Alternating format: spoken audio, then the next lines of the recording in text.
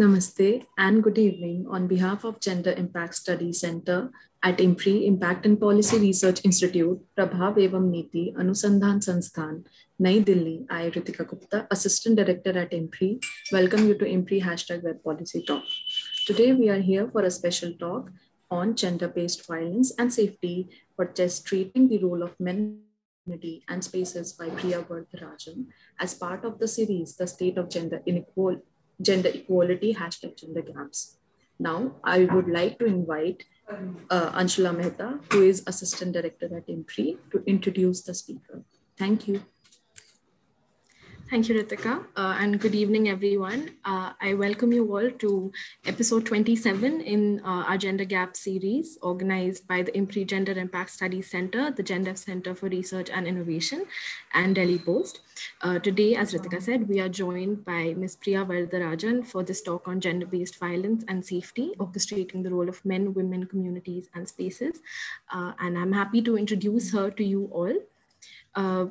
Priya Vardharajan is the founder of Durga, a citizens' initiative based in Bengaluru, and is the lead for gender justice and persons with disabilities clusters within the Azim Premji philanthropy. She has worked with the philanthropy for over 4 years in various capacities, finance programs, portfolio lead, and now cluster lead for 2 of the largest clusters.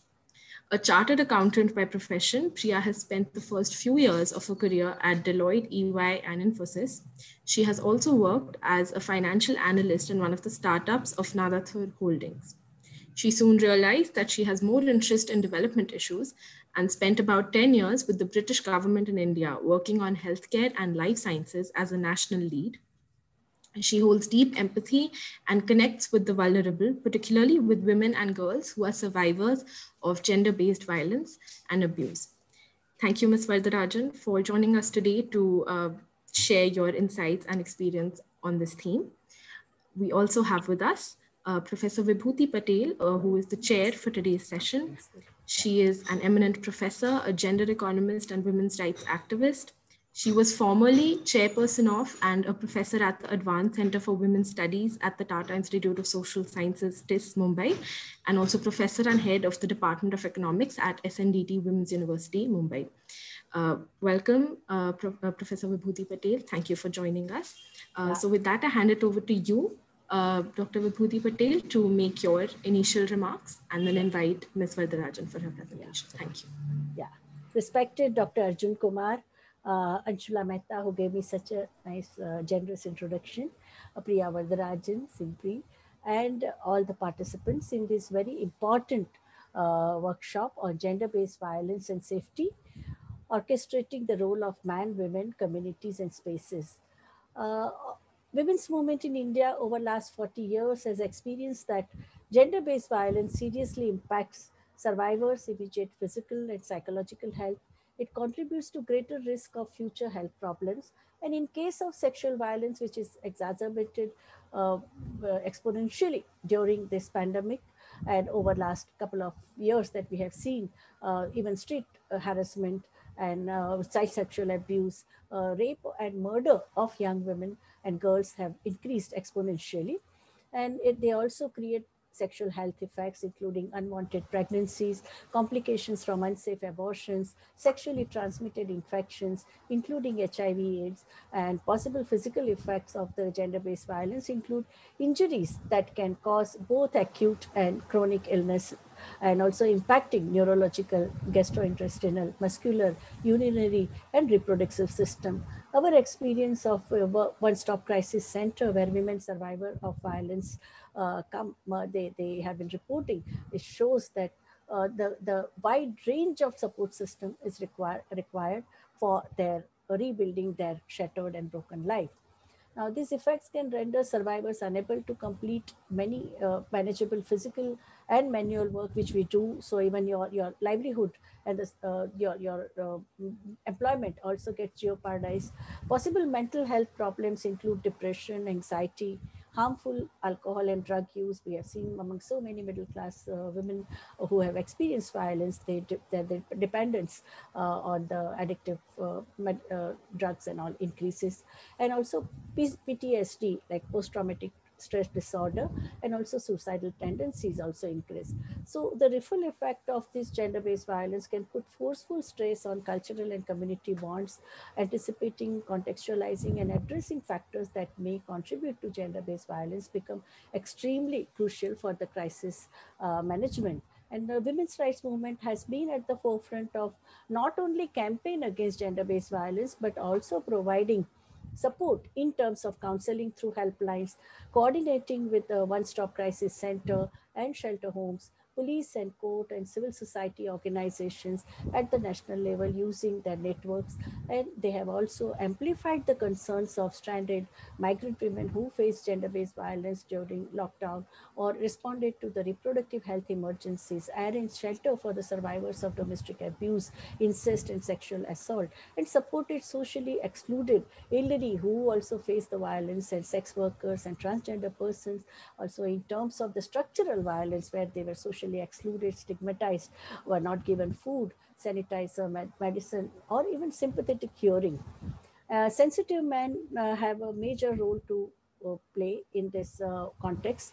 We have known the organizations like Man Against Violence and Abuse, which has done a extremely exemplary work over last 3 decades. Purush Uvacha in Pune, which has also played a very important role in conscientization, in public education, and also handholding of the survivor of violence.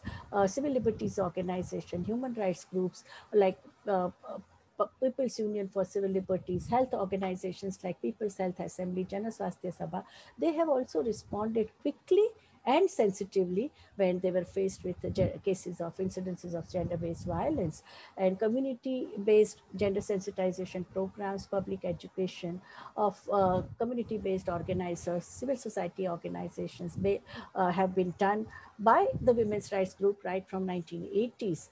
We also have now currently the young women's organizations like Bell Bajao. There are some of the best practices that we have seen in the White Ribbon campaign. There is a much more of sensation about the Gulabi gang. So at a different level, either from the People's Initiative or by the Women's Movement Initiative or by the Human Rights Initiative, we have seen the gender-based violence has come center stage. Person like me who joined women's movement in the early 70s, we had to really fight tooth and nail with so many transformatory processes and social movements who were not ready to accept gender-based violence as a social problem or a national problem. Those were the days even when we remember making trips to Amnesty International and Human Rights Watch, who would not even accept domestic violence or a sexual violence as a human rights agenda. It is only after 1993, after the Vienna Congress, when it was, the slogan was women's rights are human rights, that the whole human rights discourse also included the gender-based violence, and the 15 days of campaign from 25th November to 10th December, culminating into the Human Rights Day as a very important campaign for conscientization. And the 1 billion rising campaign also was aided by the social media, and it like as amplified the voice of women's rights movement and the feminist concern on gender against gender-based violence. So now we see that the work that is happening at the level of family, like after the POCSO Act, Protection of Children from Sexual Offense Act, even the Parent Teachers Association, schools and colleges are also including gender-based violence as a very important concern in the Parent Teachers Association meeting, regular women development cells in the educational institutions, grievance redressal cell, prevention of sexual harassment cell. All of them are doing public education at a workplace. Political spaces, they also are now, there is the accountability system. There is a strong voice to create accountability system in the political spaces. And also this whole culture of impunity of perpetration of violence, gender-based violence, I think that has to go. And we need to, and that's why such webinars and such public talks are very, very important. I applaud Gender Impact Studies Center at Impact Policy Research Institute, IMPRI, for inviting Ms. Priya Vardarajan, founder of Durga, to make presentation in this webinar on gender-based violence and safety, orchestrating the role of men, women, community, and spaces. Over to you, Ms. Priya Vardarajan. Thank you so much, ma'am. I'm just going to try and present the screen. Yeah. Is it visible? Yes. Okay. So good evening, everyone. Thank you so much for allowing me to speak here and share our work. Thank you so much for the team at IMPRI. And thank you so much, Professor, for the introduction and also setting such a wonderful context.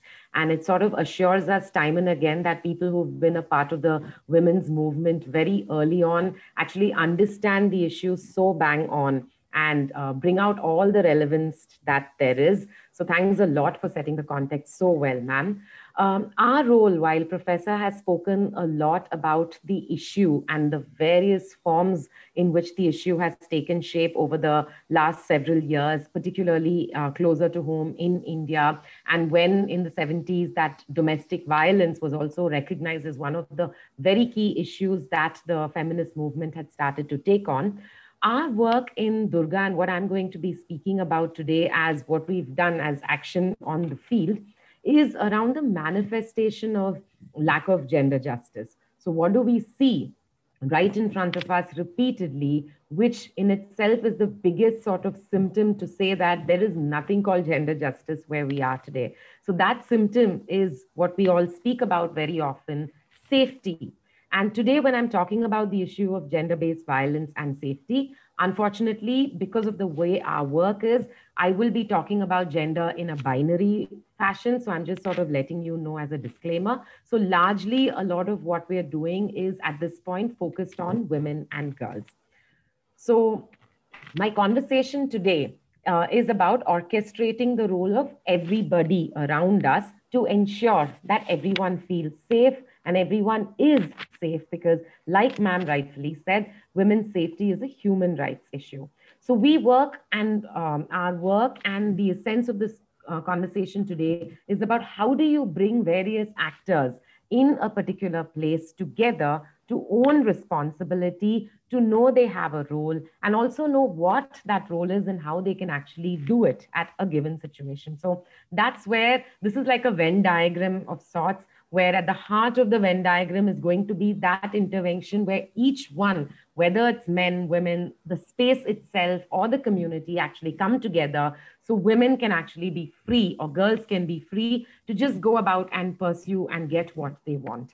So why am I feeling, or why do I say that safety or the lack of it is a manifestation of the way in our heads gender justice plays, right? It is because the gender-based violence is also commonly referred to as a womb-to-tomb form of violence, because no matter where you are at what stage, and if you just sort of draw parallel to a girl's life and a boy's life, it's very easy to understand how different it is to be a girl. And this is exactly how we start our conversations when we work with men as well, because it's not about us versus you. It is about you and us working together and creating an alliance or allying together to be able to sort of push away this big evil that can actually, which is actually coming in the way of all our work.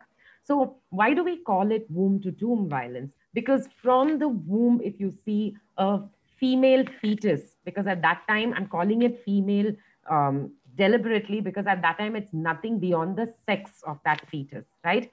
So right from the time the sex of the fetus is identified to be a female, there is a struggle. You have to fight your way through to come out into the world because of issues of female feticide, female infanticide. So that fetus actually fights against several others and then makes her way out.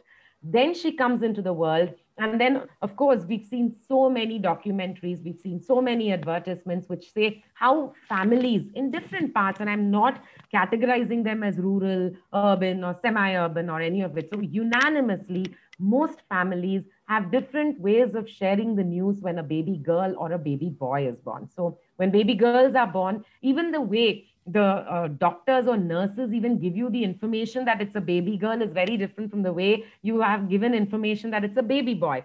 So laddu banto, baby boy hua hai, is perhaps one of the most common things you'll hear, but you don't hear it with the same excitement and passion and, you know, hope for that fetus or for that baby when the baby is a girl. So there her struggles of the first few steps already has started. Then she grows up, she starts playing with her siblings. They could be boys, cousins, cousin brothers, own brothers, whoever. And at every stage, she needs to prove herself repeatedly to say that she's good enough to go to the same school as her brothers or cousins. She's good enough to play in the same streets and talk in the same conversations and participate in the same forums as all the boys in her family. Then comes a bigger stepping stone of decision of school. She may definitely not have the same opportunity as the boys. So in my work experience, I've traveled across India to many places where the constant conversations I have with mothers would be, where is your daughter going to school? And they would give me any number of reasons that अभी पढ़ाई छोड़ दी है क्योंकि बहुत दूर जाना पड़ता है स्कूल के लिए. अच्छा क्यों नहीं जाती है school? Next reason could be that safety नहीं है, बहुत दूर गई तो इसलिए नहीं जाती. तीसरा कारण क्या हो सकता है? उस पैसे नहीं है जाने के लिए. 14 घर में बहुत काम है, छोटे बच्चे हैं, अपने भाई बहन को देखभाल करना है, इसलिए नहीं जा सकती. अच्छा कितने बच्चे हैं आपके? मेरे 3 बच्चे हैं, तो एक बेटी 2 बेटे. बेटे कहाँ हैं? बेटे स्कूल जा रहे हैं. So you see the conversation and the thing of how women get marginalized over a period of time, and all of this is nothing but violence.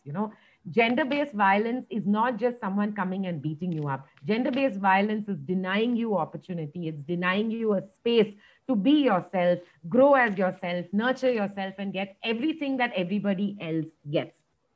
So in this picture, you see this young girl, she's crying, she's upset, and she's sad. So why is she upset and sad? She's a little girl who goes to school. She's had a problem. There's been some sort of inappropriate behavior she has faced in school. She's not able to share it with anyone. And slowly her family sees her becoming consumed. ज्यादा बातचीत नहीं कर रही है, खाना भी नहीं ठीक से खा रही है, नींद भी नहीं आ रही है उसको, बट किसी को नहीं पता कि उसके साथ क्या हो रहा है. And she's been consumed because of some form of violence, abuse. It can be anything. For the purpose of this presentation, we can keep it as sexual abuse in school. But what has happened to this girl is she's slowly consumed and violated and completely lost who she is. Who is to blame for this, right? Whom do we actually share and say that this is the person who's actually responsible for this condition of this girl? Is it her mistake?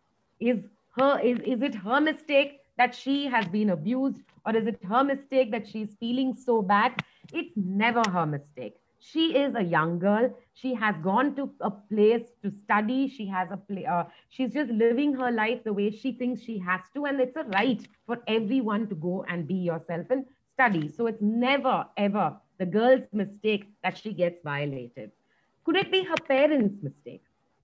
I feel, or rather we feel, that perhaps, yes, the parents need to give a space for children to be themselves, to express their issues, to share their concerns, to share mistakes primarily. Because आजकल कितने बच्चे हैं जो confidently घर जाके बोल सकते हैं कि मम्मी मैंने ये गलती की है. एग्जाम्स या पढ़ाई में हो सकती है या किसी और चीज में, सोशल इश्यू में हो सकती है, मगर वो स्पेस हमें जरूर क्रिएट करके देना चाहिए जहां पे बच्चे आके बात कर सकते हैं और कॉन्फिडेंटली बोल सकते हैं कि मैंने मिस्टेक की है. और वो कॉन्फिडेंस क्या है? मिस्टेक करने में कॉन्फिडेंस नहीं है, मिस्टेक शेयर करके ये इस कॉन्फिडेंस के साथ रहने का है कि my parents will protect me no matter what. So that's the space that parents have to give, more so today than ever before. Who else can be blamed for it? Can the school be blamed? Of course, the same responsibility that the parents have, the school has, right? If home is the first school, then school is the second home for a child.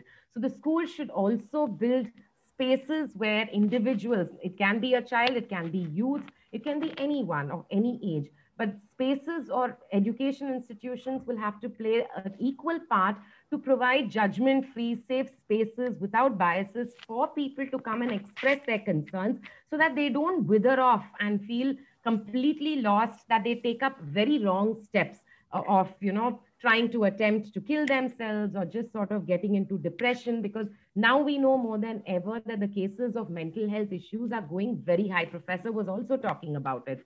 So it's important at every juncture to provide this space. Who else can we blame? The system, of course, the system is equally to blame, not because we don't have laws, not because we are not provided for, but because of its implementation, because of its lack of articulation. People don't even know that they have a system that can protect them. Just last week, I was working on a case of domestic violence, and we were trying to actually counsel the survivor about the fact that she can raise this issue. But it took me all of 2 days of regular engagement with the survivor to even convince her to say that तुम्हारे साथ जो हो रहा है वो गलत है. All she kept coming back to is नहीं, मुझे एक डॉक्टर के पास लेके जाइए, अगर ये इसमें मैंने कुछ मेडिसिन लिए और कुछ पट्टी लगा ली तो मैं ठीक हो जाऊंगी और मैं वापस चली जाऊंगी. So this awareness that हमारे साथ जो violence होता है और जो atrocities होते हैं, that in itself is against the law and that law protects us, is a huge gap of understanding, and that is to be done by the system. And of course, the system is all of us collectively, right? Who else can be blamed? Police. Police, I'm not saying should be blamed directly that they are responsible for it, but the responsibility of police is to have sensitivity to listen to the issue. कितने बार जो हम people who are working on the field on the issue of violence against women, we've encountered cases where police will categorically say, please aap handshake karke ghar chale jao, you know, or if it is sexual harassment in public spaces, they say ki girls aise kapde pehnenge, park mein boys ke sath baithenge to yahi hoga unke sath. So that's not the answer, right? Because someone sits in a park with someone else doesn't mean that everyone can put their hands on her. So these are things of building sensitivity, even understanding the issue well enough to be able to give them next steps. These are gaps, and we are very, like, we need more and more people within civil society, within the government, within systems to be able to actually create this stir that this is a very important issue and it requires collective responsibility. Who else is responsible for this child or this girl to feel bad the way she is because she was violated in her institution? You and I. We are also particularly responsible. It's not enough if we say कि parents को कुछ करना था, school में कुछ करना था, अरे laws ठीक नहीं है, या system काम नहीं कर रहा है, या police ने पैसे खा ली. It's not enough if we say that, right? It's important for each of us to realize that we have a role to play. We have a role to play, like ma'am was talking about Bell Bajao, right? The whole campaign was about how you and I can actually become active bystanders, go and ring the bell in a house where domestic violence is happening. Similarly, how do we play a part in recognizing that there is crime happening in front of us? It could be in the street, it could be in the bus, it could be in an institution, it could be online, and cyber crimes are really rising because of the amount of internet we use. Like right now, as we speak, we use the same technology. So it's about how each of us believes in active citizenship, in active bystander engagement, and do our part. Because unless all of us get together, like this picture says, we are not going to address this problem. This problem is a very, very old problem. It has been there for a very long time, and it can't be resolved by one intervention, by one organization, or by one group of people. It requires each of us to change our thinking, to condition our minds, to own responsibility, and have the passion and the urge कि मैं भी कुछ कर सकता हूँ इस चीज के लिए, या हम भी कुछ कर सकते हैं. So that is the premise of our work in Durga. So Durga literally stands for a person who can dare to understand behavior, respond appropriately, and guard herself to the best of her ability. So why Durga? We felt that conversations on safety, conversations on sexual harassment, violence, inappropriate behavior, these are not conversations people engage with their children enough at home. They're not things that we talk about. If we have so many girls, even in a city like Bangalore, which is a cosmopolitan city, where people are actually, they have the privilege to have, you know, access to education and technology and information and everything. And girls still tell me that if I have been sexually abused in a bus, it's because I was not wearing the right clothes or I was not wearing a dupatta. So it's the mindset and that opportunity for them to actually engage in discussions to say that you have a right to be yourself is completely missing. It doesn't happen at home enough. It doesn't happen in schools enough.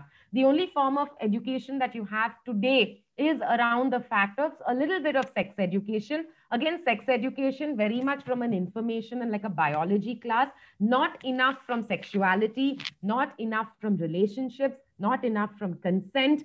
So where do children and girls and boys actually go to understand and explore themselves and know whether they are in the right or wrong? So this lack of platforms was the reason why we started Durga about 10 years ago.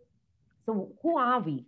We are a citizen sector organization. We come from a rights-based approach, feminist thinking approach, and we believe in one sentence that women's safety is not a woman's problem. It is all our problem. It's a collective problem of you and I not doing our role well.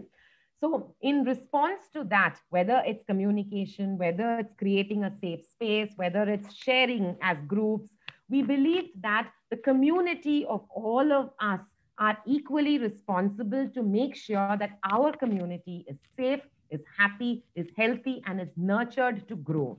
So we work on building strong, resilient, and responsible communities that believe that they have a role to play in the safety for everyone and that they will ensure safety in the space they are. So that's the premise with which we work.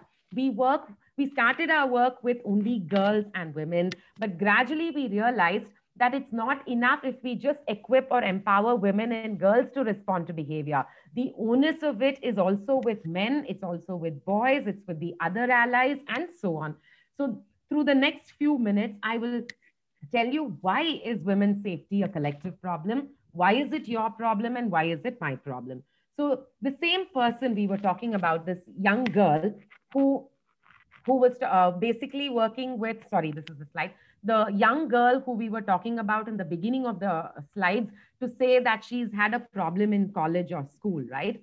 If she continues to have a problem and you and I don't do anything about it, she will perhaps lose her ability and interest to study, which in turn affects her, it affects her friends, it affects her parents, then her parents' behavior will affect the people her parents engage with, right? Her parents will engage with domestic health. Her father will engage with people in his workspace. Her mother will engage with others. Her friends will engage with their families and their friends. See the repercussion or the ripple effect of one person's, inability to be social enough because of something that they are losing out on themselves actually pans out to affect the behavior of everybody. And we don't realize it. My being happy and confident and talking to you today is not just me being confident today, right? It is a combination of everything that happened to me today. So I am sitting here in Kolkata as I'm talking to you. I had a fantastic visit to one of the best organizations working with girls in the morning. So that gave me a lot of charged energy. I saw young girls having dreams of becoming a chartered accountant, of becoming a doctor, and they're all girls living in slums in Kolkata. That gave me energy. After that, I went to another organization who's working with men who believe not just come and talk about, I have to be a good husband or I have to be a sensitive man, but who actually share the chores in the homes of their wives who are domestic helps in other houses. That charged me up. So you see, the people I have been with, the way they have contributed to my spirit is how I am happy today. I am positive. So that's the impact of how each one's behavior with us is, that actually we take back the energies and give it to us.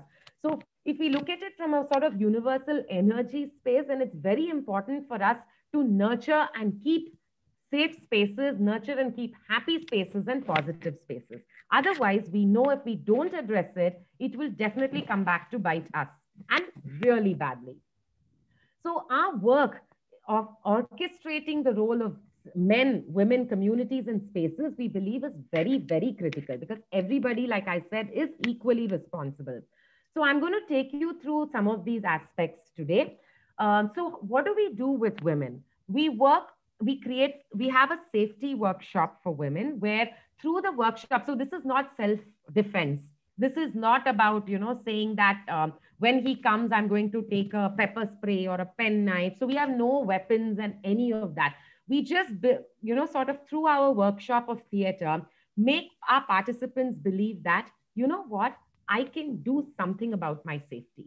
I can really at least alert somebody else, or I can be more aware and prepared that something may happen. So I can already address it before it happens to me. I can prevent a situation. So this is how we work very, very intensely with our participants and make them feel that they actually have the fire within them to do something about this, their safety. You know, they have that Durga. And then we create a community for them. Like you can see this picture, you have multiple hands and, you know, people behind you who make you feel that you're not alone in a situation. You will have other hands that come to guide you, to support you, to share your load, to show you direction and be with you through an issue if you have. So that's the spirit of being a Durga and being a part of a community. We also talk about being an active bystander for women and girls, to say that अगर you are able to do this for yourself, then तुम्हें किसी और के लिए भी ये करना पड़ेगा. So if you see a situation that someone else is facing within your own community or the spaces you occupy, तुम्हें भी कुछ करना है उनके लिए. So that's the core of our work with women. What do we do with men?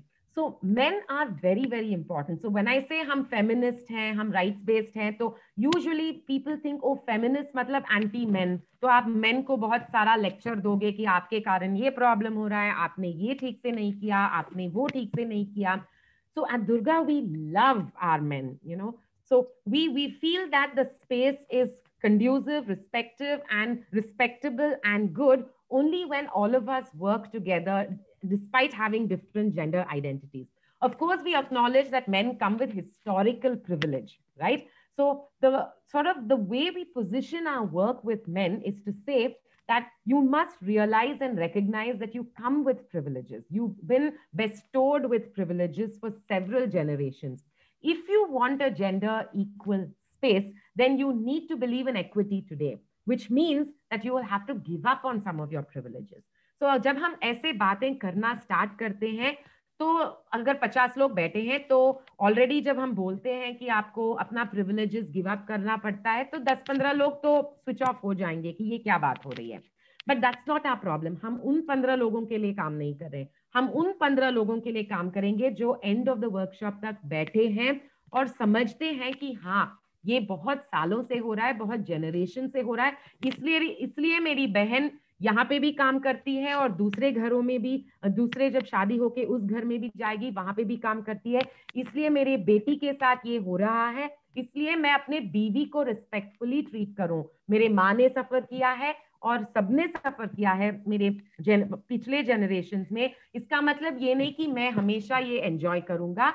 I will take a stand to actually build equity within my family, within my workspace, within my community. So largely in these pictures you see हम किन के साथ काम करते हैं. हमारा जो काम है बहुत ज्यादा होता है public spaces में. So these are people who are actually drivers and conductors of the Bangalore Metropolitan Transport Service. So यहाँ पे जो है, they are all drivers and conductors. They are now taking their safety of their buses as their responsibility. So we work very, very deeply with them. We work on issues like unconscious bias. क्योंकि जिस privilege के बारे में मैं बात कर रही थी, वहां पे जब men आते हैं, तो they don't realize that, you know, the way they sit perhaps, the way they start talking on behalf of the woman, the way they explain to us, all of this is coming with a bias कि women can't look after themselves. So what we do is we break up all of that and explain to them that we can be ourselves and be confident. You just let us be, you know, and make sure that the spaces you occupy are equal for all.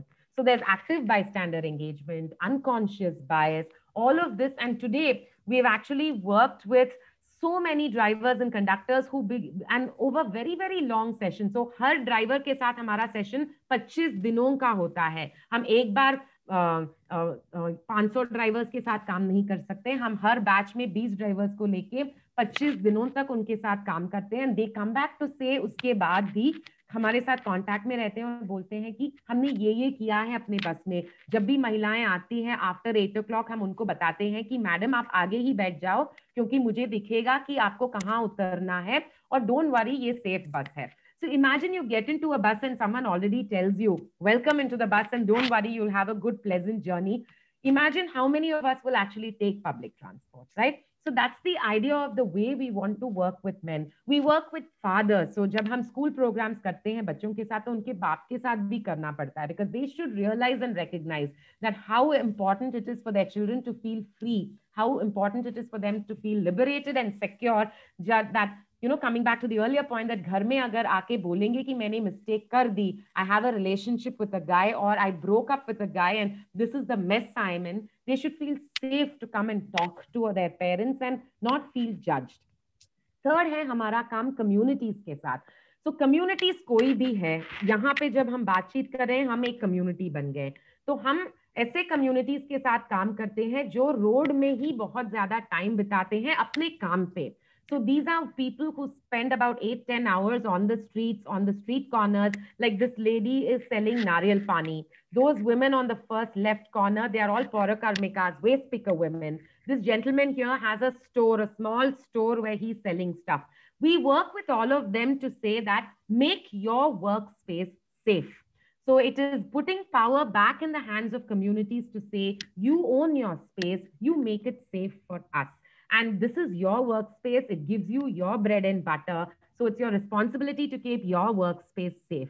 And the third important point, because we've been talking a lot about informal sector and how they've been marginalized more so over the pandemic than ever before, we're also bringing their workspace as an important space. Recognize that a Paurakarmika woman, while she's sweeping the streets of your city, it is her workspace.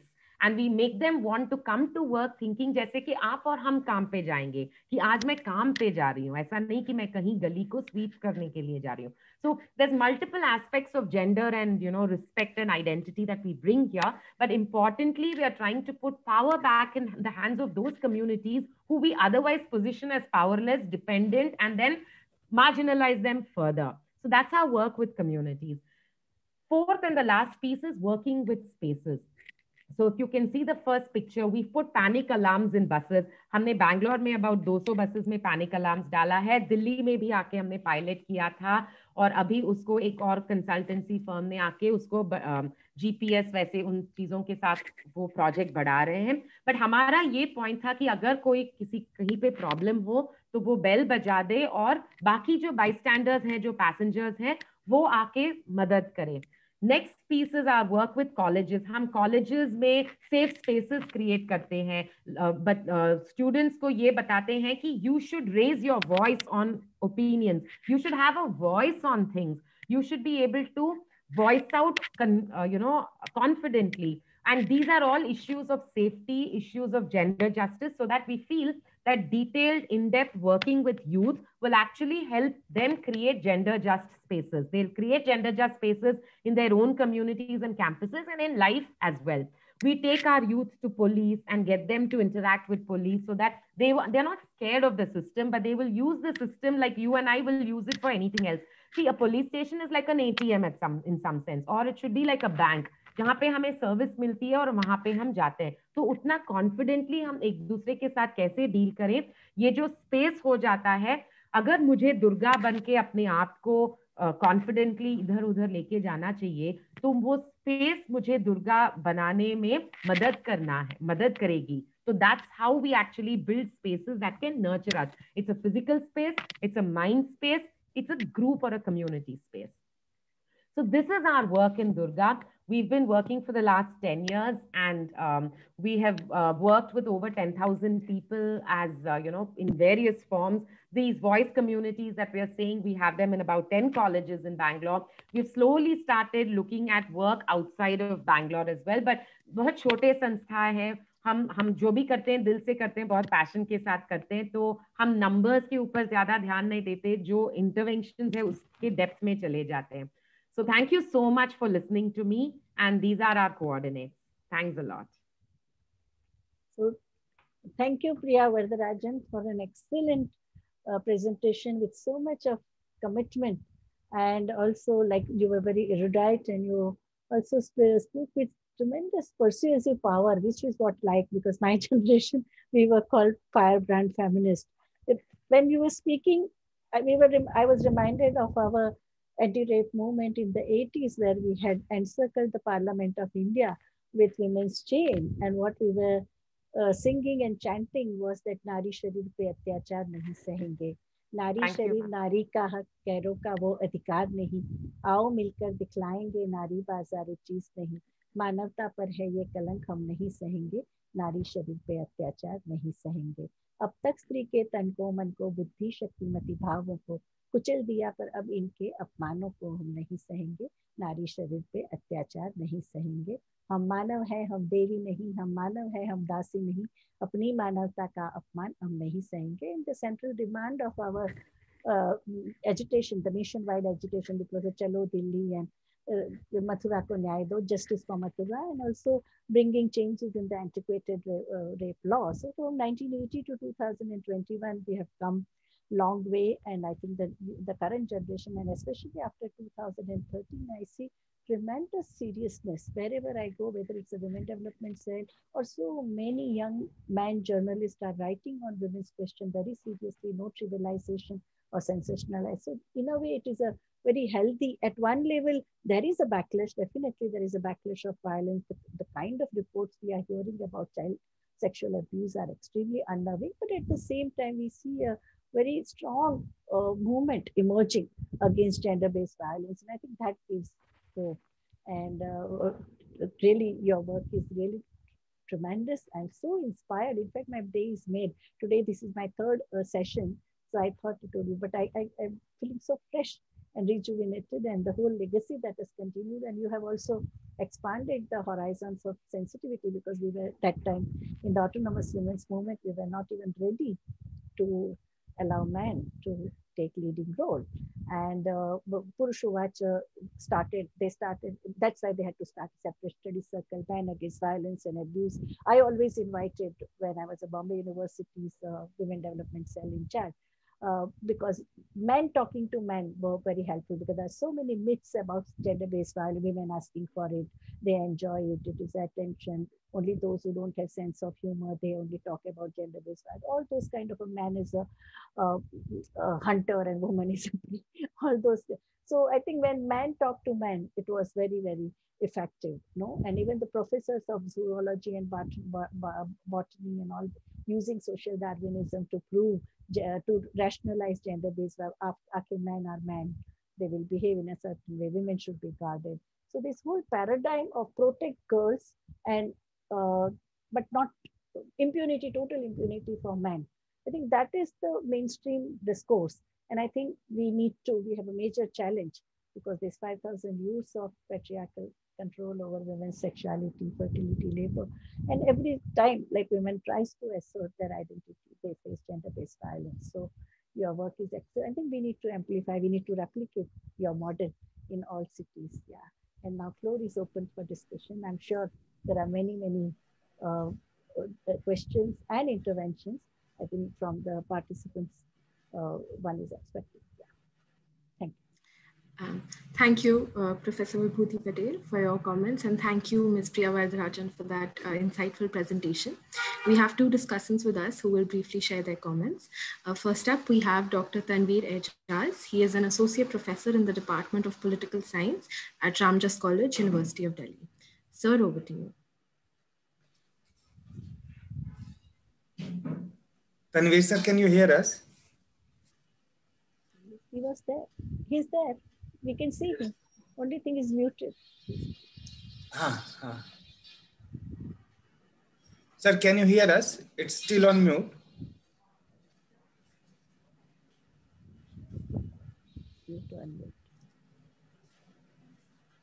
Tanveer sir, can you hear us? Yes, now it should.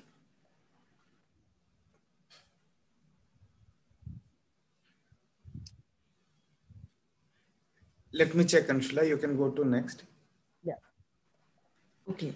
In the meantime, we have Sakshi Sharda. She is a researcher at IMPRI and also an MPhil candidate at Jawaharlal Nehru University, JNU, New Delhi.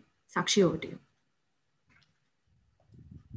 I would like to thank you for giving such a good presentation and to speak about issues, especially gender-based violence, with such deep impact, because usually what happens is these conversations have very abstract spaces. I had one question, and it came from the space that the female body in itself becomes a political space, especially following an attempt to access agency and empowerment through the laws in the country. A simple example is to reduce rape to only a sexual crime. So this issue of sensitivity is something that remains absent in law, and the response of the state that has been restricted to exclusion and shutting down under the rubric of privacy further shames the victim. So I just wanted to know how different female bodies are viewed differently in the space, in the political space, and how each female body, when specifically, so when we're dealing with survivors, has different repercussions in terms of the individual, which are usually sidetracked, keeping the community as the foremost victim of the crime. So I just wanted to know how Durga as an organization deals with something like this and how you would personally respond to that question. So what you're talking about is how do you separate the individual from the body? Is that how is that a right understanding? Yes, ma'am. Okay. So actually, I mean, whether it's us in Durga or anywhere else, usually a large part of us are resigned to our bodies, right? And it's very unfortunate that women and girls are looked at as a body. And so crime as well is looked at in that way as well, right? Like you yourself spoke, Sakshi. So I think it's important and that because of the way it's looked at as we looked at as bodies, it's important, one, that the narrative changes to say that we are beyond that. And secondly, because of the way there's no individuality or a personality associated with it, the way crime is recognized for women also varies. So for instance, consent is never taken. So you're just a piece of flesh there and anyone can touch you. Second is the way they do tests itself to prove that there has been a sexual violence or not, where it is not just about the fact that the way one has been treated without whether there has been a sort of physical offense yet or not. The crime is basically based on physicalities of it alone. So for instance, when I'm stared at or when I'm whistled at, the crime is very, very different from the fact that when I'm touched or groped, right? So which is because it's all associated with the physicality of me.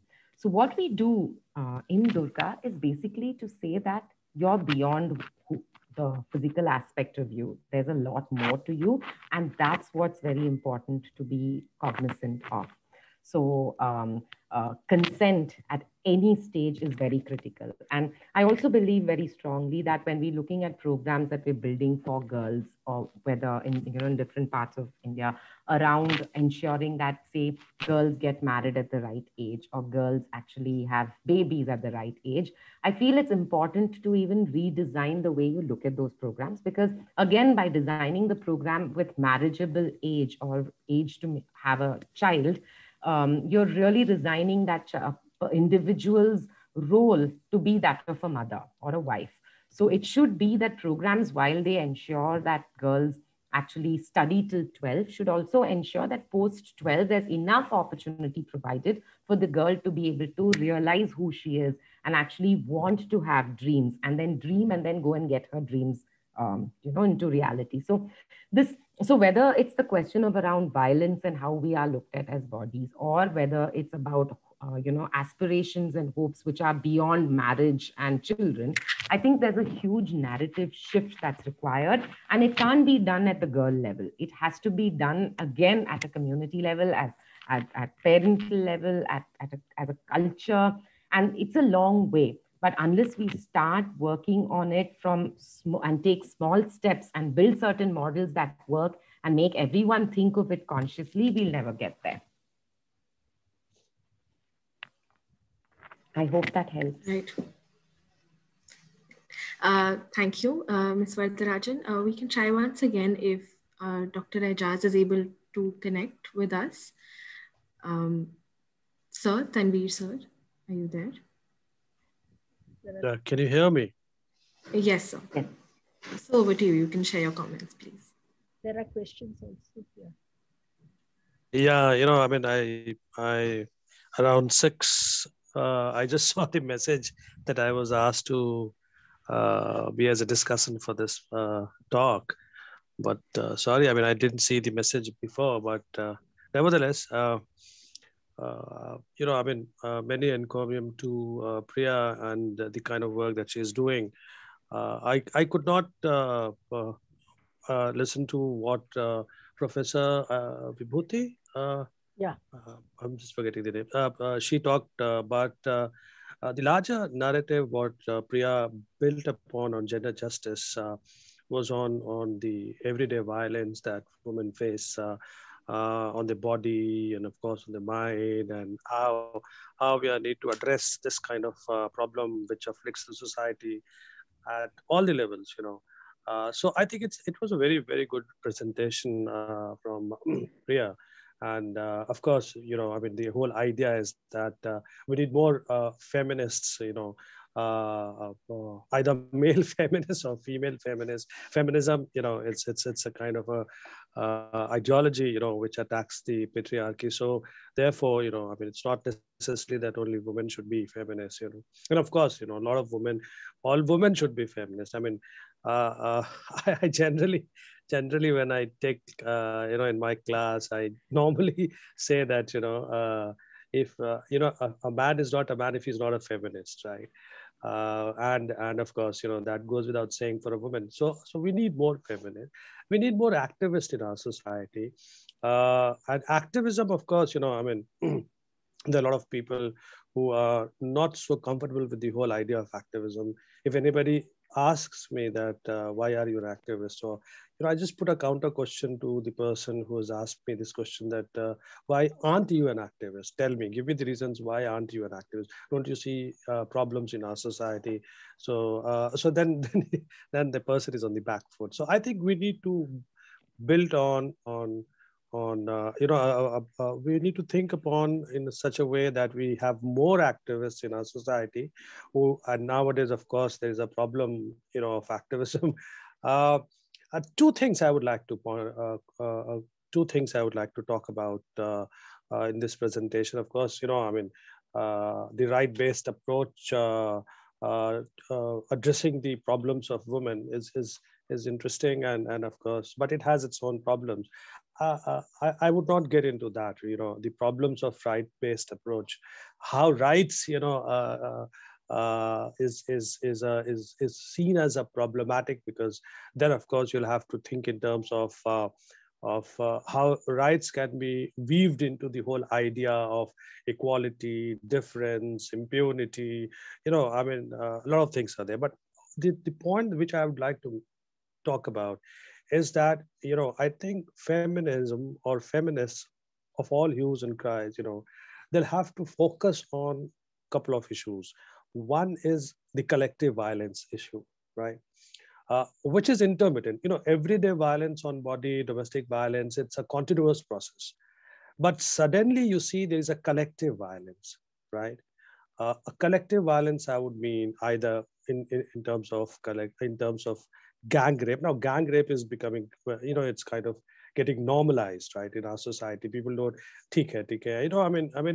It doesn't generate that kind of, let's say, angst and anguish about. So because we are quite often hearing, the second page or third page of the newspaper that gang rapes are happening. So the collective violence, feminists will have to take a position on that, right? That and collective violence, of course, would mean communal violence, caste violence.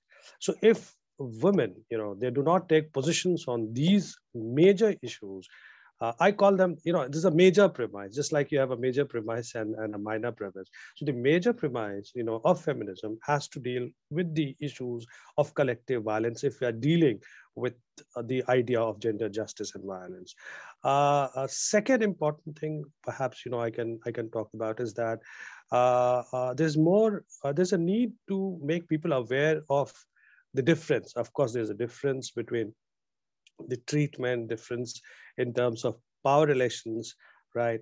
But I think it's time when we make women aware of the fact that there is a difference of inequality, right?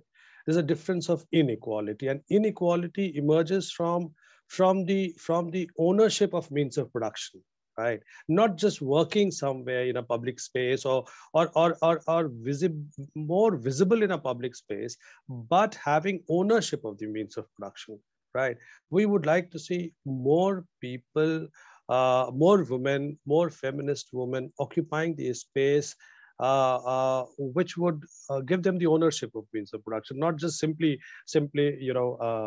in a liberal democracy, right? This I'm talking about in a capitalist system, in a liberal democracy system. So two issues, perhaps, I think one can weave into this whole process of everyday violence and gender justice is the idea of, taking positions on collective violence, which is communal and caste, and then how to have ownership of means of production.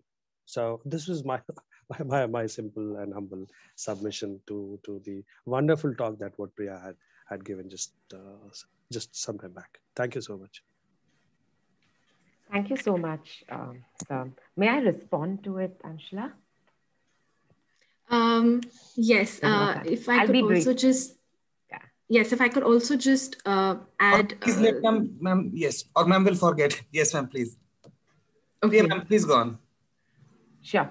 So, so you're right about the fact that there's rising violence, which is like, more of around gang rapes and issues which one can't address by oneself directly, apart from issues of everyday forms of sexual harassment and abuse. But so the idea of the feminist movement is to take everything along. And I also wanted to respond to your first point of, yes, everyone should be a feminist, because feminism essentially is only saying that we're all equal. Feminism is not saying anything else. So every one of us should be a feminist. The idea that how do we deal with these, sort of severe forms of crime, which is happening now more than ever, there's a lot of role that the system has to play. And also the fact that today I can do anything and get away with it. Nothing's going to happen to me and no one's going to, deal with me. It's that confidence and arrogance that basically puts, which is hooliganism, right? So that needs to be addressed. There's only that much that a movement can do as people. At some point, it is the system and the law and the the judicial system, particularly the criminal justice system, has to work as much. So if that doesn't work in tandem with the kind of laws we have, that's where I was talking about the implementation of it. So unless that works, we can keep taking to the streets, we can keep asking for justice, but unless that sort of triggers an equal sort of momentum and fire and passion with purpose that it should happen quickly and it should happen, correctly, this will continue to move, is my, immediate quick response to it. But not to say that that the feminist movement or the women's movement is not going to take up these issues, but the action is somewhere else, is my answer. Thank you. Thank you, Ms. Vaidarajan. So with that, we will briefly go to our chair, Professor Patel, and then back to you, Priya ma'am, for your concluding remarks where you can really highlight the way forward, and we can briefly incorporate some of the comments that have come up. One is about the role of awareness, legal rights, and sex education, which somewhat has been touched upon in the presentation, but you could possibly incorporate in your concluding remarks. And secondly, that while fostering such efforts is great, but sustaining the efforts over a long term, that remains a challenge. So your thoughts on that. So firstly, briefly over to you, Professor Patel, and then to you, Priya ma'am, for your remarks, concluding remarks on the way forward and, actionable way forward for maximum impact. Yes. Ma'am, you are on mute, Professor Patel. I think we need to also go answer the three questions. Priya, you just go through Nagmani Rao and one anonymous person, and they have asked the questions. In conclusion, I would like to say I agree with Professor Tanveer when he says that it's a question of power. Caste and power is relational. Caste, ethnicity, religion play a very important role when it comes to group violence, and we need to deal that also. And we have that is a very different way in which through civil liberties organization and democratic rights organization, investing fact-finding team, along with the kind of work which Priya does on a day-to-day basis. But I think to create a broader social support in case of violence, whether it's a group violence or individual violence, I think we need to create our own support system. And I think the kind of work which we do in the community, that is the only answer. Because why in so many cases of violence, even when people are like, suppose there were cases where in a running bus, a running train, a woman was molested, the girl child was molested, and other commuters did not intervene. And that man was not very fat or very powerful. He was a drug addict, and still, and the journalist felt guilty. He wrote about the whole story. So I think it's very important that we don't get benumbed when faced with violence. We also have to use our lung power, we have to use our tongue power, we have to use our power of pen to deal with the day-to-day violence. The Priya also mentioned about the womb to tomb approach, and I think that's what we said, that the whole ideology of victim blaming and silencing the victim. I think that's against that, the first phase of feminist movement, that it is suffering in silence is not a virtue. Just speak out and speak about it, your experiences of violence, and the solidarity. Had there not been it is so easy to witch hunt an individual person, but when you are in a group, it becomes a movement. And I think if you see any last 40 years of individual women's struggle, whether it is about the personal law or the discrimination at workplace, or very summarily termination, when women in 70s, any woman when she got engaged, the first thing employer would do was terminate her service. And there used to be a big demonstration about, we want husband, we want job, because women had to choose either a job or a husband. So at every level, it is the collective endeavor. I think that has played a very important role in this thing. And the kind of some of the important slogans which are really very striking, that eliminate inequality, not women; destroy dowry, not daughters.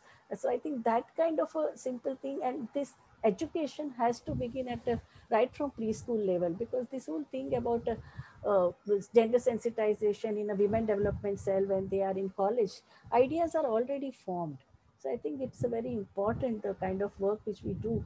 It has to begin at a very young age, and also a very conscious effort of understanding the intersectionality and creating various types of solidarity among those who are at the receiving end of the very toxic patriarchy and the misogyny is very important. Cybercrime is another. This currently, for last 10 months, all of us have been overwhelmed by the cybercrime and the Zoom bombing that happens in the class, in the webinar and all. And in the initial response is that everyone is not, they are just dumbstruck, no, how to know. So I think getting out of this paralysis and getting that courage is very important. And the kind of effort which Durga is doing, I think that will, that is a very important model which can be replicated, because it looks so doable. When she was making the PowerPoint presentation, it looked very like, only thing what you need is a commitment and the effort of reaching out to different sections of the people and getting out of your mental lethargy or emotional lethargy, you know, that I will be in ivory tower. So getting out of that mode and discussing this sensitive topic of violence against women, is gender-based violence, is very important. And I think though she's focusing on women and girls, I think we should also take up the brutal and barbaric form of violence which the transgender persons are facing, because it is in now we have opened up the schools and colleges for them in a more safe space, like TIS is having a hostel for them, SNDT Women's University giving admissions to this the transgender persons, College of Social Work. So I think expanding the horizons of our sensitivity with regard to gender-based discrimination and violence, because discrimination and violence are two sides of the same coin.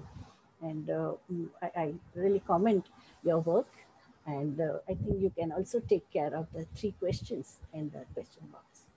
Nagmani is a very senior feminist. She has been in the women's movement for more than 30 years. Yeah. Thank you so much, ma'am. Thank you so much, everyone, for asking questions, participating, and sort of giving good feedback on the presentation. I have answered the presentation, the questions in the chat box itself, all the three. So I hope that's okay. So yes, Nagmani ma'am, your question on most often when the time we are talking about it and during workshops, there's a lot of interest, and that happens with us also because we, like I said, we use a lot of theater and there's a lot of interest and it's very, very power-packed. So the way we try to mitigate the risk of participants forgetting about us after that is that the workshops are never one-off. It's always a 21 session workshop for any participant. So 21 days to a habit. So that's why we have our workshops for 21 days with any group we work with. Second is between each workshop, there are lots of activities for the participant to do.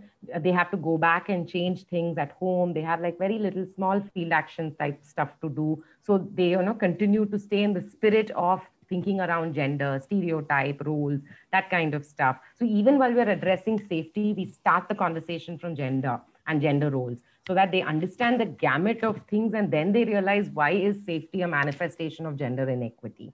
So, so we do long-term workshops. We have work between the workshops. We do follow-ups with participants after the workshop for about 18 months to stay in touch periodically to ask them, did you encounter anything that you were able to address?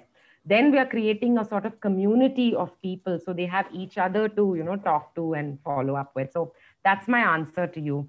And the name Durga for Muslim communities, it's really not come in the way. We've worked with this college called Al-Amin College in Bangalore, which is the first Muslim college in Bangalore itself. And we've been doing year-long programs on gender justice for them in the name of Durga. So when you hear it and maybe you sort of dissect it too much, yes, perhaps it's a goddess's name, but that was never the reason or the, you know, way in which the name came about for us. For us, it just was a symbol of power. And the way we engage and interact and, you know, dissect and discuss issues, you just feel, going back, you feel that, yes, I have someone to be with and talk about, and you've not thought too much about the religion of the organization, but we've just had like limited experience there. So I'm not sure if that's going to be a blanket statement for all people everywhere though. And yes, parents should spend time with their children, daughters also, but I think parents should spend more time with their sons because they need to know what consent means. They need to know what respect means as much as we spend time telling girls about things. So yes, but parents generally in all need to spend time with their children. So I think I've answered the three questions. There's one more open question. Who's responsible for this administration, society or person? I think each of us, no? We can't put the onus of responsibility on someone else because we form the administration. We are part of society. We are our own selves as individuals and persons. We form the system as much. So unless we inculcate value-based systems for ourselves, which stems from core values like respect, trust, sensitivity, and you know, honesty, and you know, unless we come from that space, we are not going to be able to create systems that will suddenly come from that space. So I think the onus is on all of us. So with that, I think there is one very important question. Do you think that pornography should be banned? I think it's a very important question. You need to answer. So I have a very different take on it. I think open conversations are very important. That may actually lose the purpose or reason for pornography.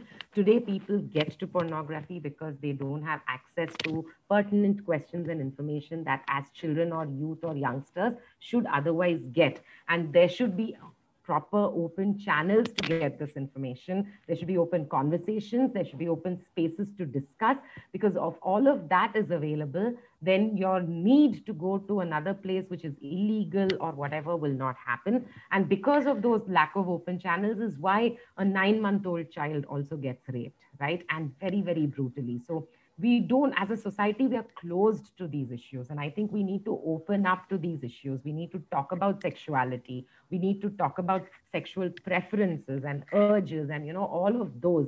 And if we don't have those conversations in schools or homes where ideally a child should generally have, then they resort to a lot of other things.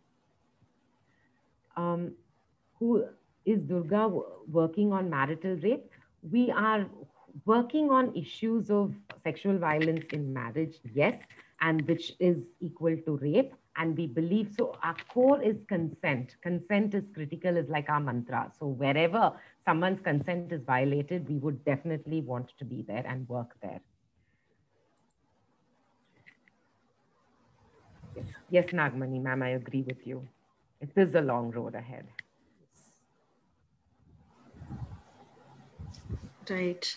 Right. Thank you, Priya ma'am, for taking up the time to respond to all the points raised in the discussion. Thank you for joining us today to share your work and your experience as part of Durga. It was indeed a very enlightening presentation and a very enriching discussion. Thank you. Thank you also to Professor Vibhuti Patel for agreeing to chair the session. Thank you, ma'am, for taking up the time. We were very grateful to have you here, and you've brought up such pertinent points, and you really enriched the deliberation. So thank you. Thank you to our discussants, Dr. Tanveer Ejaz and Sakshi Sharda, for your comments and questions. And thank you to everyone who raised such important questions as part of the audience during the discussion, and to everyone who tuned in to watch. And thank you to everyone at IMPRI who was instrumental in organizing this event.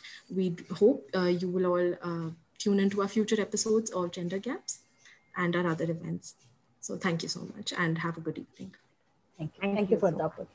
Very, very rejuvenating. Thank you. Thank you. Have a good night. Yes, thank you.